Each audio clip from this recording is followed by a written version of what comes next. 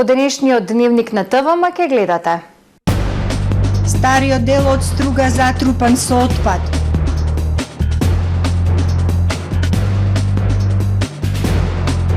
Туристичкиот потенцијал на Охрид и Македонија се промовира во Полска.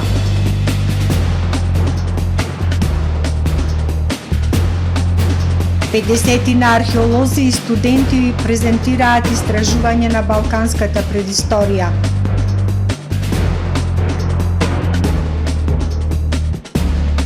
Македонските и бугарските антитерористички единици ја реализираа вежбата Харпун во Охрид.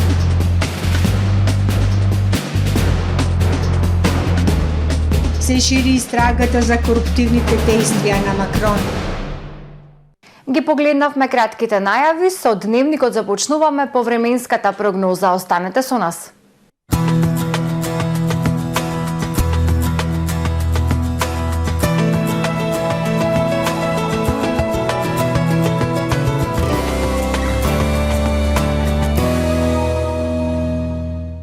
Во Охрид денес свежо утро, а во текот на денот времето претежно ведро со локална облачност, ветровито и свежо. Беа измерени максимални 10 степени Целзиусови. Во текот на ноќта кон сабота ќе преовладува ведро време со локална облачност, ветровито и студено со дополнителен пад на температурите. Во сабота на југ од Апенинскиот полуостров времето нестабилно со врнежи од дожд проследени со ветер. Врнежи од дожд се очекуваат и над британските острови. На исток од Европа врнежи од снег. Во останатите делови од стариот континент времето претежно ведро со локална облачност, но студено. На Балканскиот полуостров во сабота времето умерено облачно, ветровито и студено. На крајниот југ и исток од полуостровот претежно сончево со локална облачност. Максималните дневни температури од 6 до 14 степени Целзиусови. Во Македонија утре студено утро. Ќе имаме пад на утринските температури кои ќе видат во интервал од -6 до +3 степени. Во утринските часови ќе биде умерено облачно со сончеви периоди, а во текот на денот ќе дојде до зголемување на облачност. Ќе ни донесе претежно облачно, ветровито и студено време. Максималните дневни температури утре во Македонија од 4 до 12 степени Целзиусови. Во Охрид во сабота времето умерено облачно со повремени и кратки сончеви периоди. Ќе биде ветровито и студено со заселен североисточен ветер. Минималната 0, дневната 8 степени. Во недела и понеделник умерено облачно и нестабилно време. Ќе има врнежи од дожд и снег проследени со ветер и ниски температури, а над 800 метри врнежи од снег. Минималната температура 1, дневната 4 степени. Во вторник студено утро и температура од 0 степени, а во текот на денот сончево со локална облачност и студено време. Ќе бидат измерени максимални само 5 степени Целзиусови.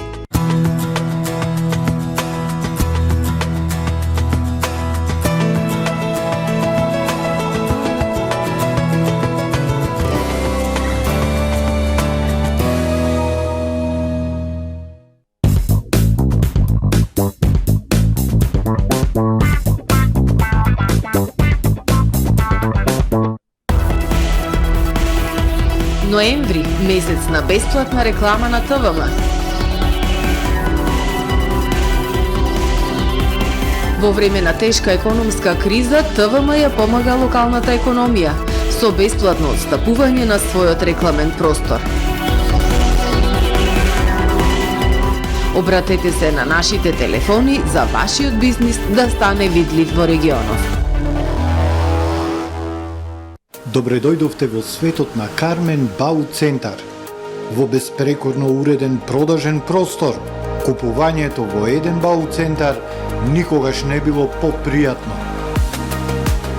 Со гордост ви го представуваме нашиот шоурум Мараци, со најголем избор на плочки од Мараци и санитарија од светски познатите брендови Грое, Колпасан, Идеал Стандард, Рока, Унитас. На располагање ви е нашиот архитект кој ќе ви помогне во осмислување на вашиот проект. Располагаме со најбогатата палета на ламинат во државава. Одберете од 100 различни дизајни на Swiss Chrono. Покрај стандардниот избор на фасадните системи Knauf и Бекамент, ви нудиме богат избор на професионален алат на реномираните производители Bosch и Divol. Кармен Бау Центар на улица Железничка.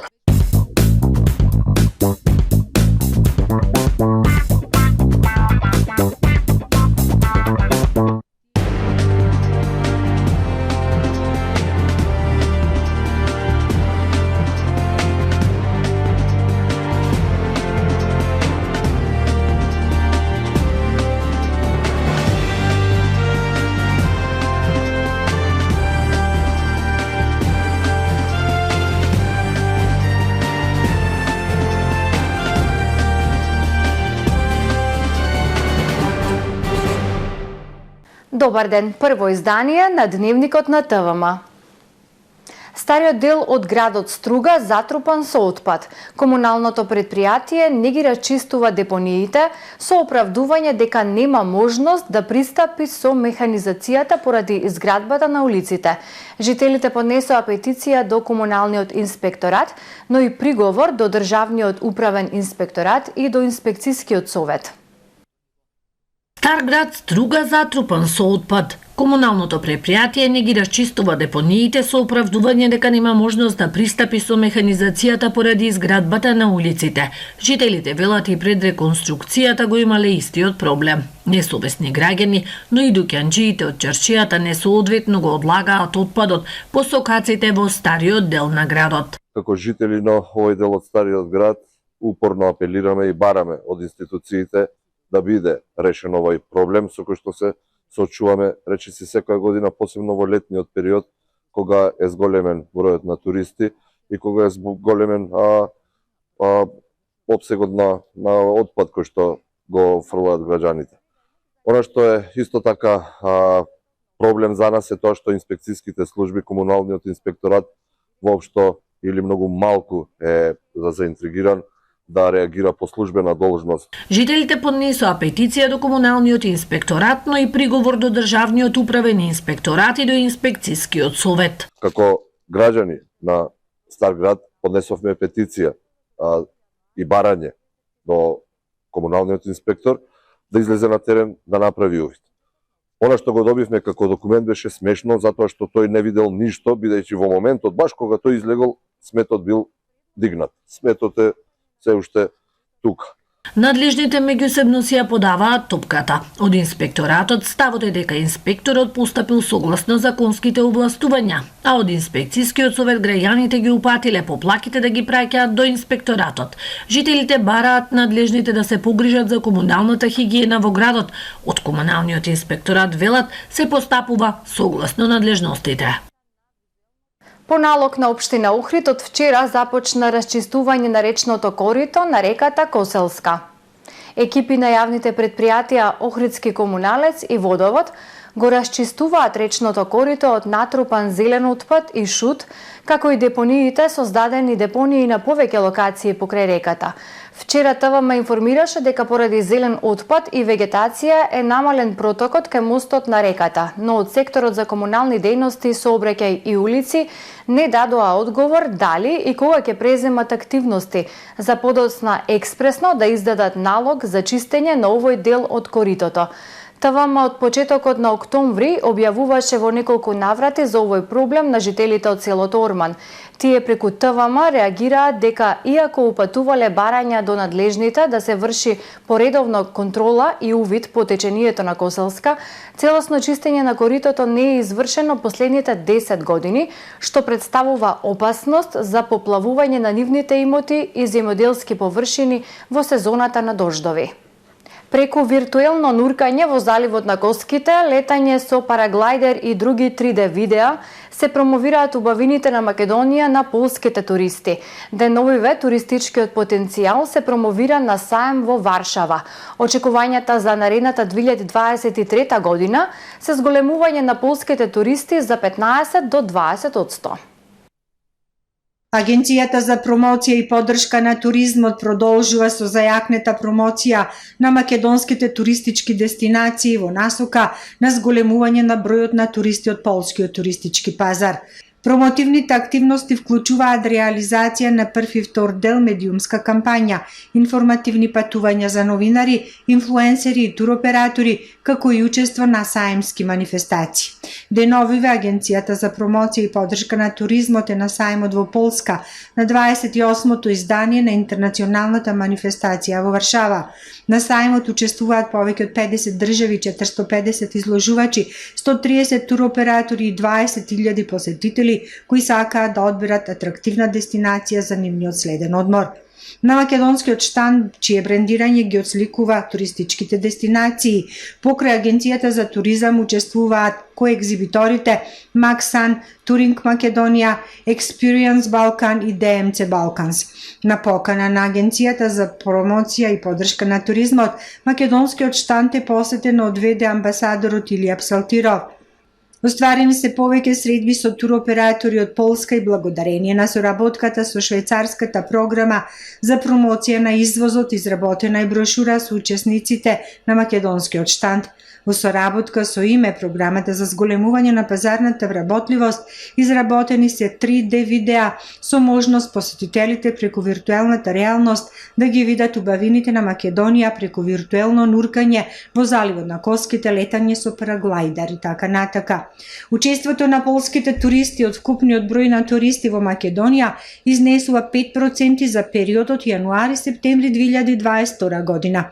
Очекувањата за наредната 2023 се зголемување на полските туристи за 15 до 20% за период од јануари до септември 2022 година, споредено со истиот период од 2021 година, и забележан раст од 16% на бројот на туристи и зголемување на остварени ноќевања за 15% од туристичкиот пазар од Полска.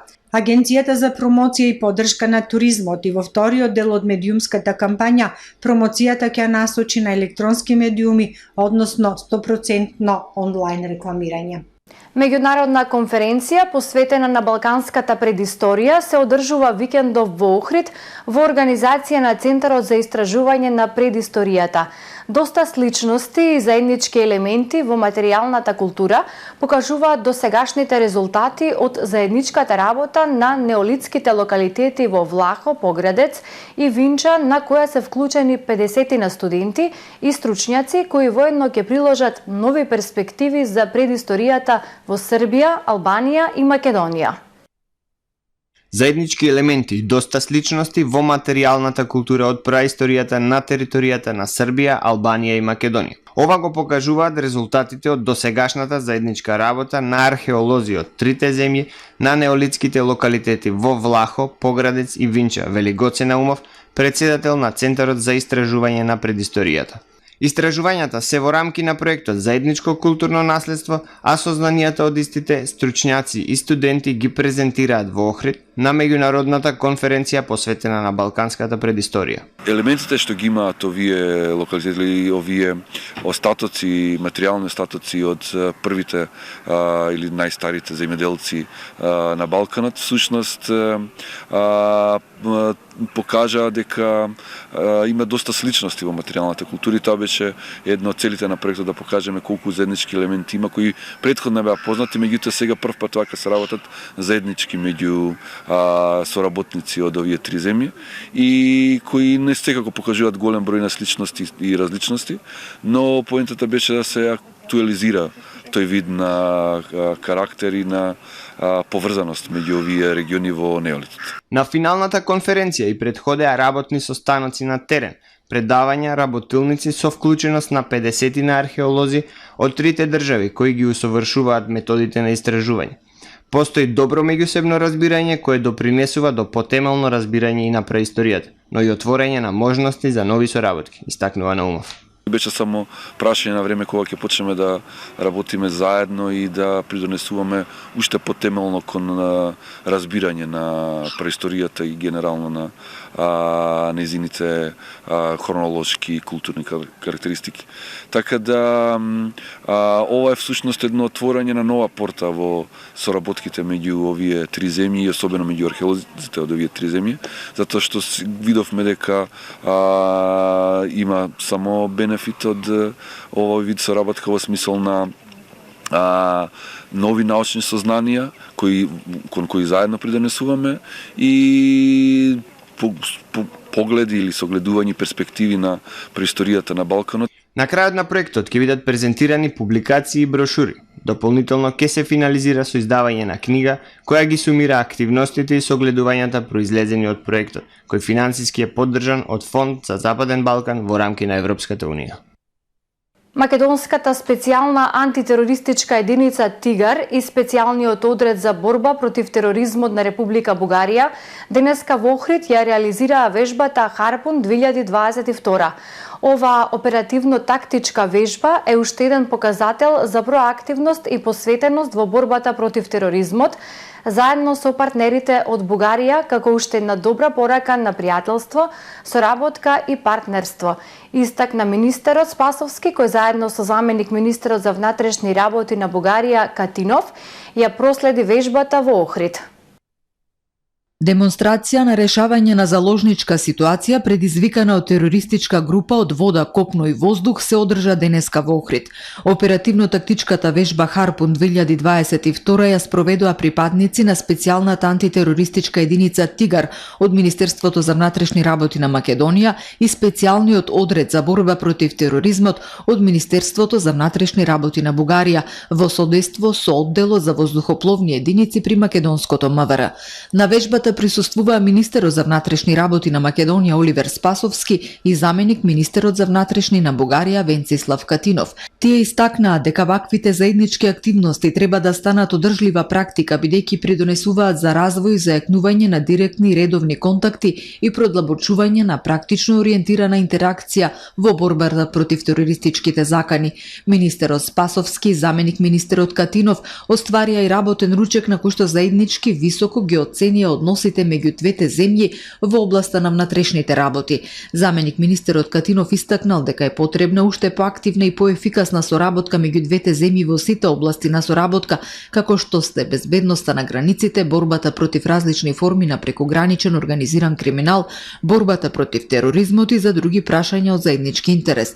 Министерот Спасовски пак од своја страна истакнал дека како две блиски соседни земји со меѓусебна соработка на оперативно ниво, должноста како челници на Министерствата за внатрешни работи не е само да го одржуваат постојното ниво, туку уште повеќе да придонесат како во развојот на професионалното достоинството и интегритетот на полициите на двете земји, така и во нивната модернизација, материјално-техничкото опремување и надградба, следење на новите трендови како неопходност за успешно и непречено функционирање. По повод успешно реализираната демонстрација на оперативно-техничката вежба Харпун 2022 во знак на благодарност, министерот Спасовски и заменик министерот Катинов си разменија плакети. На сите учесници им беа доделени сертификати за успешно реализираната вежба, како и за спроведените обуки и размена на искуства. Ова е втора заедничка демонстрација на вежба од ваков вид за оваа година, а првата се одржа во јуни 2022 во Софија.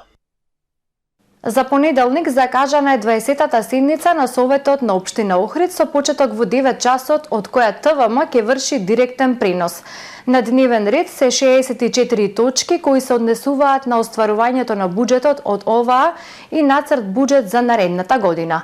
Советниците ќе гласаат за усвојување на извештаите за реализација на годишните и развојните програми на локалната за периодот од 1 јануари до 30 септември, пошто ќе се изјаснат за извештајот за остварување на буџетот на Општина Охрид.